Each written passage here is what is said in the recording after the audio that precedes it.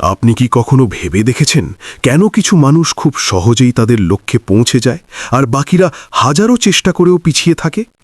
উত্তরটা মেধায় নয়, বরং লুকিয়ে আছে একটি বিশেষ শক্তিতে, যাকে লেখক হ্যারিস ডি ম্যাকফারলেন বলছেন ফোকাসড ডিসিপ্লিন বা একাগ্র শৃঙ্খলা।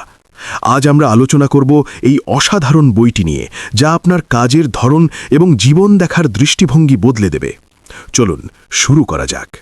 শৃঙ্খলার প্রকৃত অর্থ, হোয়াট ইজ ডিসিপ্লিন? বইটির শুরুতেই লেখক একটি প্রচলিত ভুল ধারণা ভেঙে দিয়েছেন। আমরা ভাবি শৃঙ্খলা মানেই হলো কঠোর নিয়ম বা নিজেকে শাস্তি দেওয়া, কিন্তু ম্যাকফারলেনের মতে শৃঙ্খলা হলো একটি শান্ত শক্তি, কোয়েট স্ট্রেংথ। এটি এমন একটি গুণ যা আপনাকে দিয়ে সেই কাজটিই করাবে যা আপনার করা উচিত, এমনকি যখন আপনার তা করতে ইচ্ছে করবে না। এটি মূলত নিজের বর্তমান ইচ্ছাকে বিসর্জন দিয়ে ভবিষ্যতের বড় অর্জনের দিকে এগিয়ে যাওয়া। কি টেকঅ্যাওয়ে? ডিসিপ্লিন কোনো বোঝা নয়, এটি স্বাধীনতার চাবিকাঠি। মনোযোগের লড়াই ও বিক্ষিপ্ততা নিয়ন্ত্রণ, দ্য ব্যাটল অ্যাগেনস্ট ডিস্ট্র্যাকশনস। বর্তমান যুগ হল মনোযোগ কেড়ে নেওয়ার যুগ। সোশ্যাল মিডিয়া, নোটিফিকেশন আর অহেতুক তথ্যের ভিড়ে আমরা আমাদের আসল লক্ষ্য ভুলে যাই। লেখক এখানে দেখিয়েছেন কিভাবে ডিজিটাল নয়েজ কমিয়ে আনা যায়।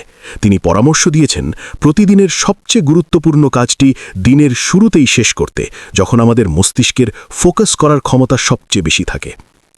কেন বা ওয়াই এর গুরুত্ব, ফাইন্ডিং ইয়োর পারপাস।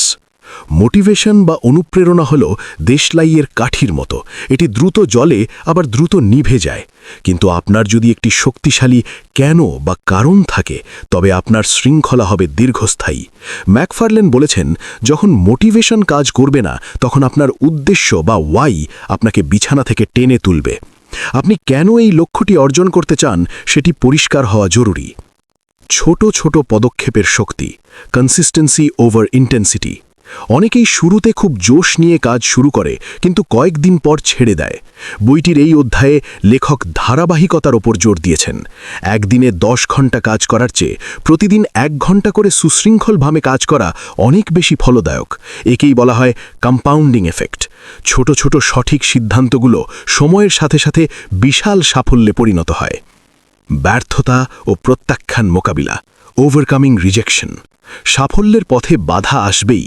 ম্যাকফারলেন তার নিজের জীবনের অভিজ্ঞতা থেকে দেখিয়েছেন যে একজন সফল মানুষ আর ব্যর্থ মানুষের মধ্যে পার্থক্য হল, ব্যর্থ মানুষ বাধা দেখে থেমে যায়, আর সুশৃঙ্খল মানুষ সেই বাধাকে একটি শিক্ষা হিসেবে গ্রহণ করে এবং এগিয়ে যায়। বিশ্বাস এবং মানসিক প্রশান্তি, ফেইথ অ্যান্ড ইনার স্ট্রেংথ। বইটির একটি বিশেষ দিক হল এর আধ্যাত্মিক সংযোগ। লেখক বিশ্বাস করেন যে কেবল জাগতিক পরিশ্রমই যথেষ্ট নয়। আপনার কর্মের পেছনে যদি বিশ্বাস এবং কৃতজ্ঞতা থাকে, তবে তা বার্নআউট বা মানসিক ক্লান্তি থেকে আপনাকে রক্ষা করবে।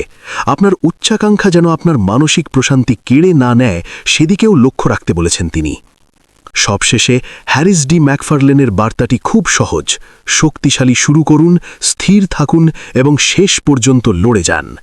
আপনার জন্য আজকের টাস্ক, আজ থেকেই আপনার লক্ষ্য অর্জনে বাধা দেয় এমন একটি অপ্রয়োজনীয় অভ্যাস বাদ দিন এবং একটি ছোট সুশৃঙ্খল কাজ শুরু করুন। ভিডিওটি কেমন লাগলো কমেন্টে জানান, ভালো লাগলে লাইক দিন এবং আমাদের চ্যানেলটি সাবস্ক্রাইব করুন। দেখা হবে পরবর্তী ভিডিওতে। ধন্যবাদ।